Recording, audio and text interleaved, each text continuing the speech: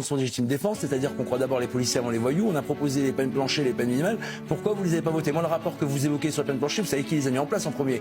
Nicolas Sarkozy en 2007. Voilà, qui les a abrogés? François Hollande. Donc quand on va abattre son chien, on dit qu'il a la rage. Il n'y a eu aucune étude sérieuse qui a été démontrée leur efficacité. C'est vous qui jugez qu'elles sont pas sérieuses. Comment? C'est vous qui jugez qu'elles sont pas sérieuses. Le rapport d'études qui juge qu'elles sont pas efficaces.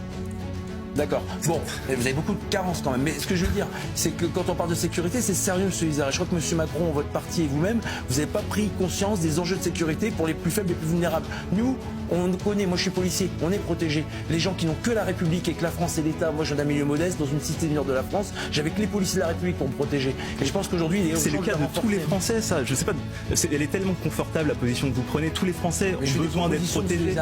Ne me dites pas que je suis dans un confort. Mais si vous êtes fatigué et que la place est difficile, on la prend bien volontiers et on fera nos preuves sans aucun doute et on ne fuira pas nos responsabilités comme votre parti le fait depuis 8 ans. Là, vous faites de la politique et on a encore fui. Je suis élu pour faire de la politique. On a encore fui le fond. On a encore fui le fond du débat. Je termine pour les enquêtes. Est-ce que vous savez combien il y a de procédures qui croulent dans les commissariats en France? Mais là, vous n'êtes pas en train de m'interviewer. 2 millions.